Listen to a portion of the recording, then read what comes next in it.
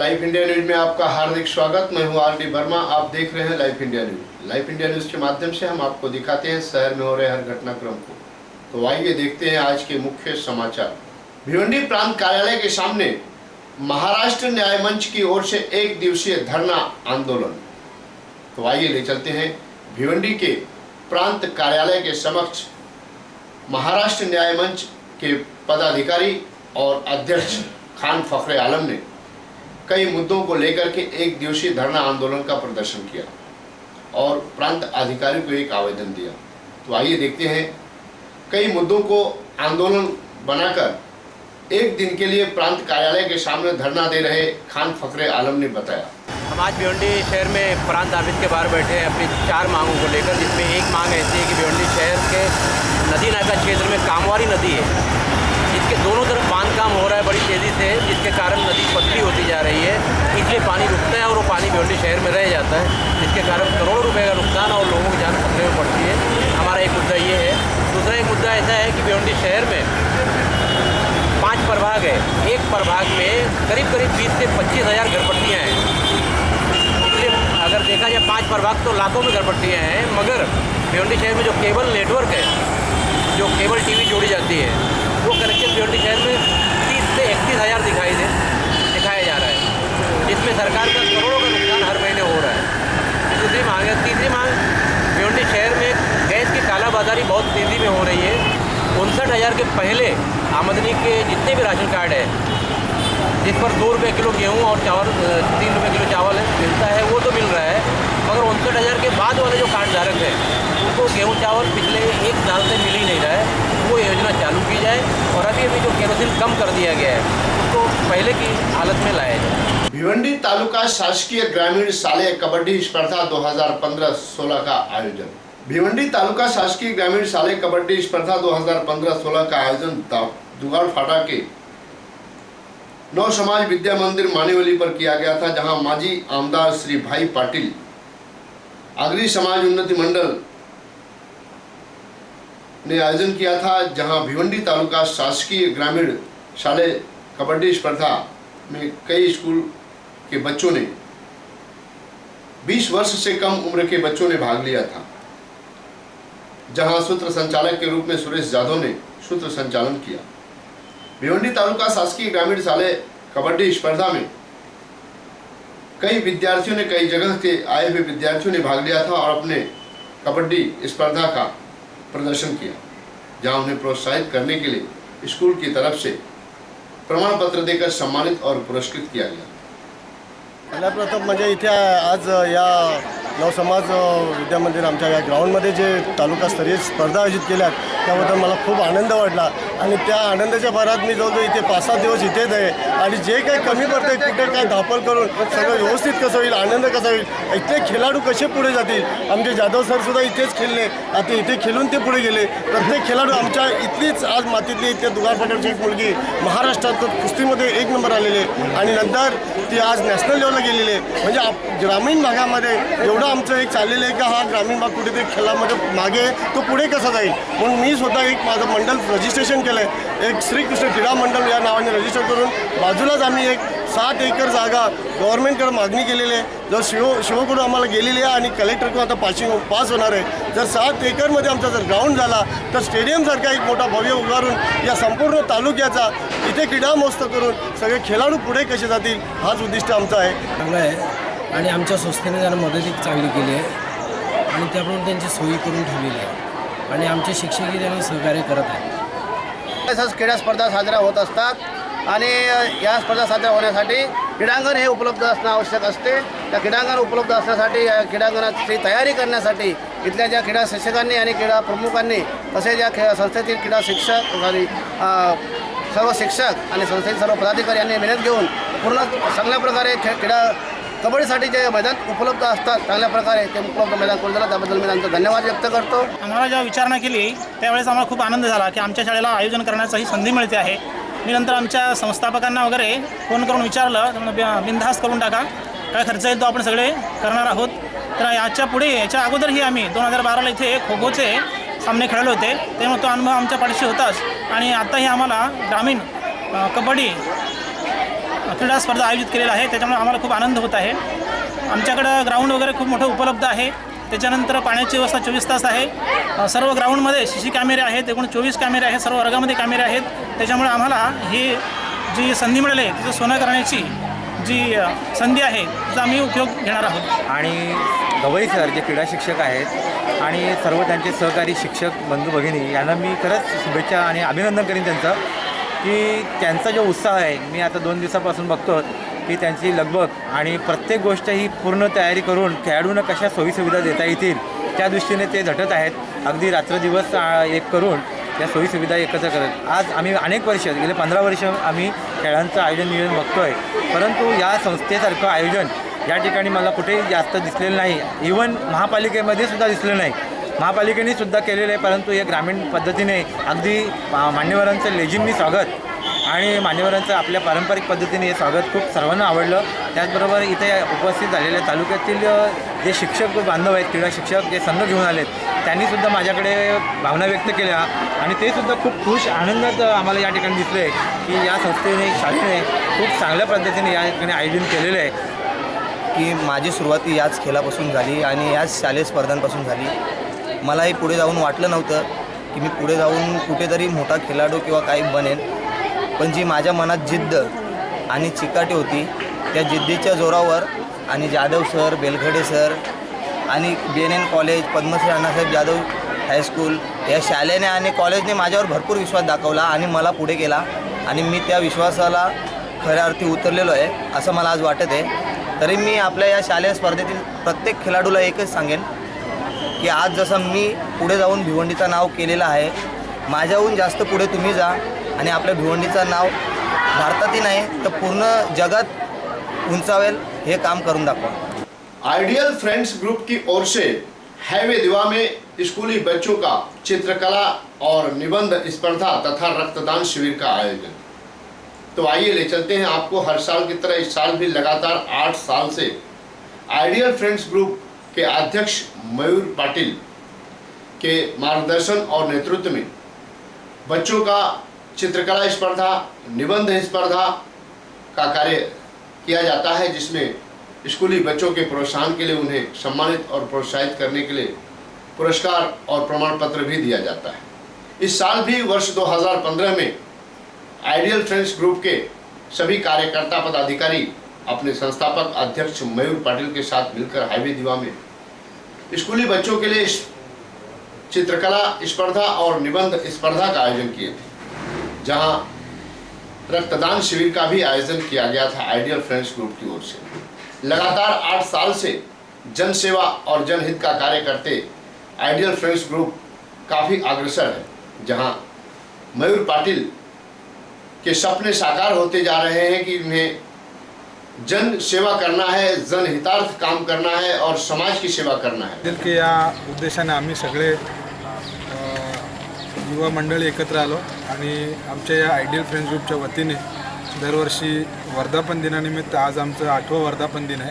प्रत्येक वर्षी आम्ही रक्तदान शिबिराचं आयोजन करतो आणि या रक्तदान शिबिराच्या बरोबरच निबंध स्पर्धा आणि चित्रकला स्पर्धेचे आयोजन पण करतो।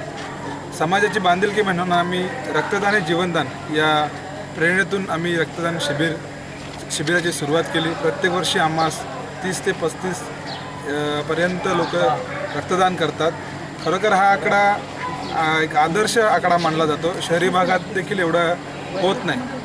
आमच्या दिवे गावासारख्या ग्रामीण भागात एवढा प्रतिसाद बघताना हे आमचे संलग्न वामनराव रक्तपेढी आहे, त्यांची देखील छाती फुलून येते की ग्रामीण भागात देखील एवढा मोठा प्रतिसाद मिळतो। उद्देश दिवसेंदिवस जे रक्ताची गरज ही वाढत चाललेली आहे।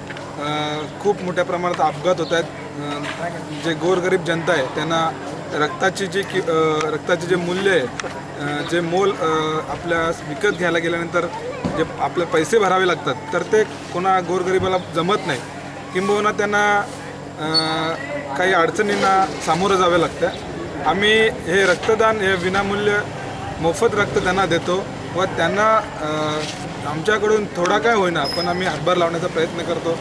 या दृष्टीने आम्ही रक्तदानाची सुरुवात केली। शिवसेना सुवर्ण महोत्सव के अवसर को लेकर दशरथ दुंदा पाटिल के शिवसेना में जाहिर प्रवेश को लेकर अंबाड़ी नाका पर किया गया भव्य रोजगार मेलावा। प्रणव एसोसिएट के पदाधिकारियों ने बच्चों का लिया इंटरव्यू और दिया रोजगार। तो आइए ले चलते हैं भिवंडी के अंबाड़ी इलाके में, अंबाड़ी नाके पर, जहां गत दिन कई पक्ष में कार्य कर रहे दशरथ दुंदा पाटिल अब शिवसेना में जाहिर प्रवेश कर लिए। शिवसेना में जाहिर प्रवेश को लेकर के दशरथ दुंदा पाटिल के मार्गदर्शन और नेतृत्व में प्रणव एसोसिएट के पदाधिकारियों ने रोजगार मेलावा के दौरान कई हजार बच्चों का इंटरव्यू लिया और चयन किया, यानी काफी लोगों को रोजगार मिला। जहां काफी सम्मानित व्यक्ति, प्रतिष्ठित मान्यवर उपस्थित थे। इस उपस्थिति में दशरथ दुंदा पाटिल शिवसेना में जाहिर प्रवेश किए थे, इस उपलक्ष्य को लेकर के और शिवसेना के सुवर्ण महोत्सव को लेकर के। माझ्या मनोगतामध्ये व्यक्त केला, शिवसेनेच्या व्यासपीठावरून हा मेळावा आयोजित केला, त्याचा जास्त आनंद आहे। आणि दुसरा सगळ्यात मोठा आनंद असा की आमच्या भागामध्ये बेरोजगारीचा सर्वात मोठा प्रश्न आज भिवंडी तालुक्यामध्ये जर कुठे भेडसावत असेल तर अंबाडी विभागामध्ये, मी मगाशी सांगितलं पडगा साईडला गोडाऊन आहे, तुमच्या भिवंडी साईडला सगळीकडे गोडाऊन्स आहेत, वाड्यामध्ये कंपनीज होते। आमचा मधला भाग जो आहे हा बेरोजगारीने खितपात पडलेला आहे। आणि इथे एक प्रामाणिक हेतू आहे की जे कोणी शिकलेले तरुणी असतील त्यांना रोजगार मिळावा, या एकच स्वच्छ उद्दिष्टाने हा रोजगार मेळावा आम्ही आयोजित केलेला आहे। आणि सगळ्यात महत्त्वाची गोष्ट की हा शिवसेनेच्या व्यासपीठावर मी मेळावा आयोजित केलेला आहे।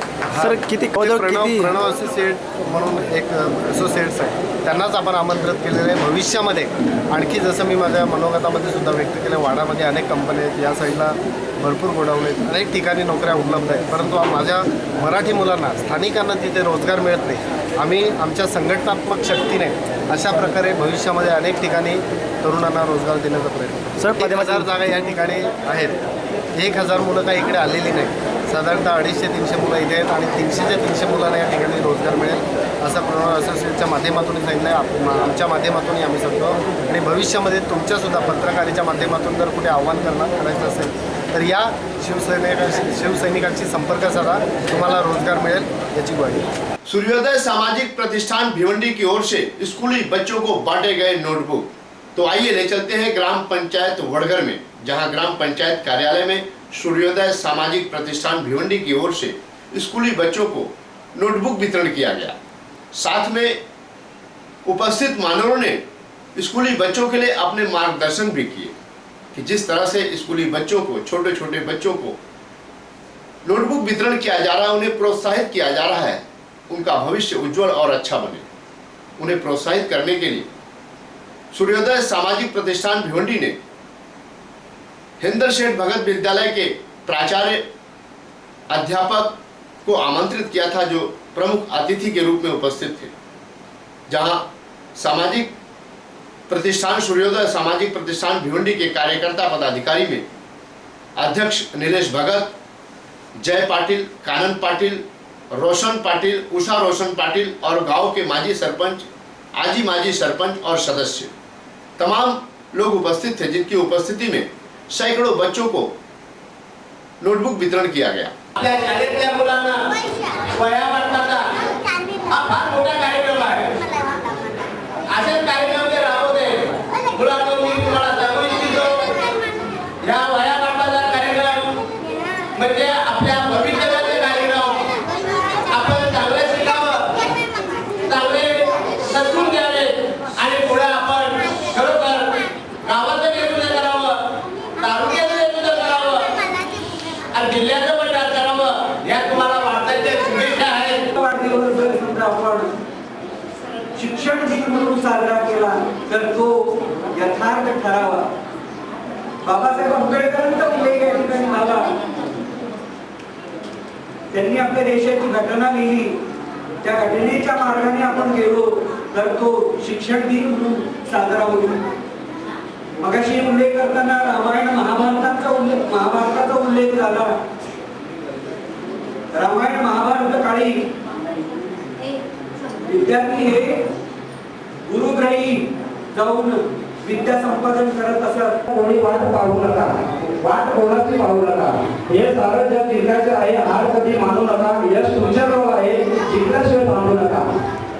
पण इथे मुलं आपले लहान आहेत. 2 शब्द बोलायला गेलं तर आपल्या मुलांच्या डोक्यामध्ये राहणार नाही, तर त्यांच्या आई किंवा त्यांचे वडील मागे बसलेले आहेत. याचा अर्थ असा आहे की हे जे मी वाचले ते मुलांमध्ये उतरण्याची वृत्ती आपल्यामध्ये पाहिजे. आता हा जो लेख आहे याच्यामध्ये असं लिहिलेलं आहे की आपण जीवनाला नंतर हार कधी मानायचं नाही, पण हार आपण कधी मानत नाही जेव्हा आपल्याजवळ शिक्षणाचं एक अमृत असतं तेव्हा आपण जीवनामध्ये हार मानत नाही.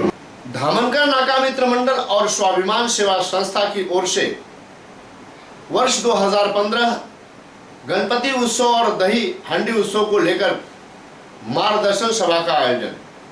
तो आइए ले चलते हैं आपको वड़ाल देवी अयप्पा स्वामी मंदिर, जहां हर साल की तरह इस साल भी स्वाभिमान सेवा संस्था धामनकर नाका मित्र मंडल के सारे कार्यकर्ता पदाधिकारियों की एक मार्गदर्शन सभा का आयोजन किया गया था, जहां वरिष्ठ पदाधिकारियों ने अपने अपने मनोगत व्यक्त किए। दलित समाज के लोग भी बैठे और मेरे जैसा अदना आदमी भी इस मंच पर बैठा। ये एकता राष्ट्रीय एकता नहीं तो और क्या है? आपको कोई हनुमान जी की तरह सीधा भाव करके नहीं दिखाएगा। ये सेना है, सेना या तो धामनकर का मित्र मंडल की सेना कह लो और नहीं तो संतोष सेना इसको कह लो। आप लोग जहाँ खड़े हो जाएंगे एक नया रास्ता निकल जाएगा। एक पहाड़ काट करके रास्ता बनाने की क्षमता मित्रों आपके अंदर है। जो आपने ये 27 साल खड़ा किया, ये कोई मामूली बात नहीं है। बहुत और हर भीड़ के बड़े काम में उनका लोग उनसे जानकारी देते, उनसे मालूमात देते कैसे चला। शिक्षा मंडल के अध्यक्ष अपने चेतने में हर एक आदमी का ऐसे अम्बान रहा है और सामने जितने बैठे मैं जानबूझ के आप लोग मेन को बुलाता मीटिंग में, ताकि बाकी भी बात समझे आप लोग। जैसे अभी अहिर साहब ने हम पेपर पढ़ते, लेकिन अहिर साहब उससे जुड़े हुए, अहिर साहब कायदे के खुद एक मालिक है, उनको पता है क्या चल रहा है, कोर्ट में क्या नहीं चल रहा है, तो कितना चीज अपने को अच्छे से हो रहा है। इसमें खाली आज के लिए बस इतना ही। कल फिर मिलेंगे इसी वक्त इसी चैनल पर। तब तक के लिए इजाजत दीजिए। धन्यवाद, नमस्कार।